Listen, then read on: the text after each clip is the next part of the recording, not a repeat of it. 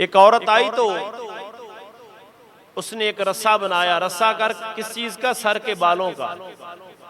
अर्ज की महबूबा इसको कबूल फरमा ले। फरमाया ये क्या करेंगे? कहा महबूबा अगर किसी घोड़े की लगाम टूट गई तो इसको बतौर रस्सी इस्तेमाल कर लीजिएगा, मेरा भी हिस्सा जंग में मिल जाए, मेरा हिस्सा भी जिहाद में शामिल हो जाए। हजरत माद और हजरत मुअव्वस को कौन नहीं जानता, दोनों छोटे बच्चे हैं। अब वो दोनों हुजूर की बारगाह में आए और अर्ज करते महबूबा हम भी जिहाद पे जाएंगे। सरकार ने फरमाया तुम्हारी उम्रें छोटी हैं अभी। बड़े ने कहा महबूब आप मेरा जो है वो कद को उसकी पमाइश करें। अब जब कद की पमाइश की बारी आई ना तो उन्होंने अपनी एड़ियां उठा ली। जब एड़ियां उठाई तो हुजूर के चेहरे मुबारक पे तबस्सुम आ गया। फरमाया हमने तुझे कबूल किया, हमने तुझे कबूल किया। सरकार की बारगाह में कबूल हो गया, जिसको पिया चाहे वही सुहागन हो, हुजूर की बारगाह में कबूल हो। अब छोटा कहता है महबूबा इसका कद बड़ा जरूर है लेकिन ताकत मेरे अंदर ज्यादा है, कुव्वत मेरे अंदर ज्यादा है, हमारी कुश्ती करवा के देख लें, हमारी कुश्ती करवा। मस्जिद नबी के सेन में उन्होंने कुश्ती की है तो बड़े को छोटा कहने लगा तू तो हुजूर की बारगाह में कबूल हो ही गया है, अगर तू आज गिर जाएगा तो मैं भी मदीने वाले की बारगाह में कबूल हो जाऊं। अब ये दोनों रसूलुल्लाह की बारगाह में कबूल हो गए, दोनों कबूल हुए। ये जिहाद पे हुजूर के साथ जा रहे हैं। जज्बा जिहाद क्या है? जज्बा जिहाद क्या है? सभी हुजूर के साथ जा रहे हैं, मुख्तलिफ कबाइल के लोग भी सरकार के साथ हैं। सहाबा फरमाते नबी पाक अलैहिस्सलाम ने खुतबा जुमा भी बदर के मैदान में दिया और खुतबा जुमा देने के बाद फरमाते जिस जगह हमने खैमे लगाए थे वहां रेत थी और जिधर उन्होंने खैमे लगाए थे वहां मट्टी थी। फरमाते हम सफर भी किया हुआ था, रोजे भी थे, गर्मी भी थी। फरमाते जब हम वहां पहुंचे हैं, जब रात का पहर हुआ है तो अल्लाह ताला ने बारिश को नाजिल फरमाया। फरमाते वो बारिश ऐसी नाजिल हुई कि रेत सारी बैठ गई, हमारे कदम जम गए और हमारी जो थकावट थी और हमें जो गर्मी लग रही थी वो सारी दूर हो गई। अल्लाह ने ठंडी ठंडी हवा चलाना शुरू कर दी।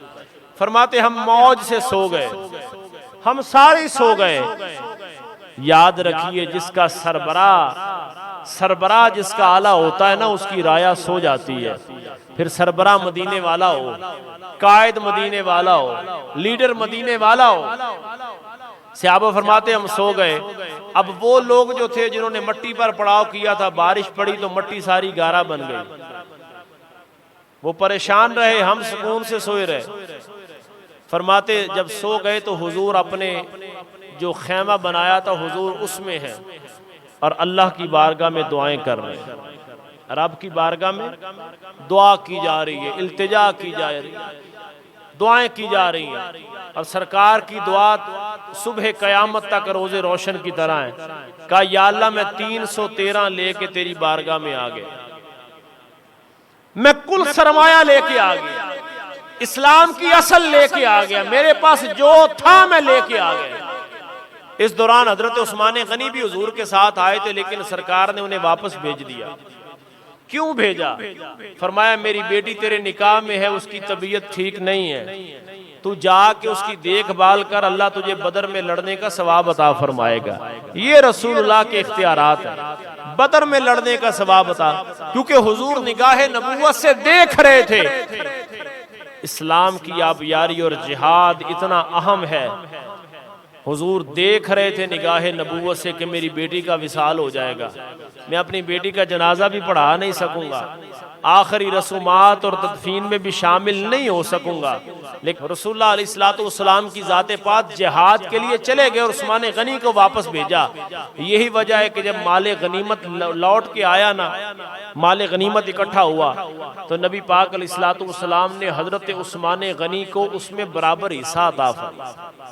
हालांकि वो गए नहीं लेकिन रसूलुल्लाह अलैहिस्सलाम ने बराबर हिस्सा अता फरमाया। फरमाते बदर की लड़ाई में रसूलुल्लाह अलैहिस्सलाम ने सारी रात सरबा सुजूद होके अल्लाह की बारगाह में दुआएं की और दुआ करके कहा मालिक जो थे मैं ले आया हूं।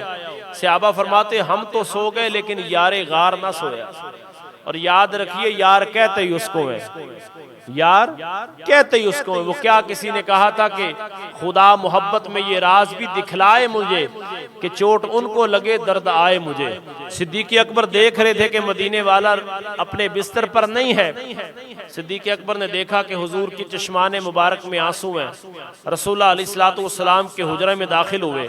जब सरकार के खैमे में दाखिल हुए ना, तो हुजूर की चादर मुबारक जो नीचे गिर गई थी पकड़ के अपने सीने से लगाया और फिर हुजूर को अपने सीने से लगाया।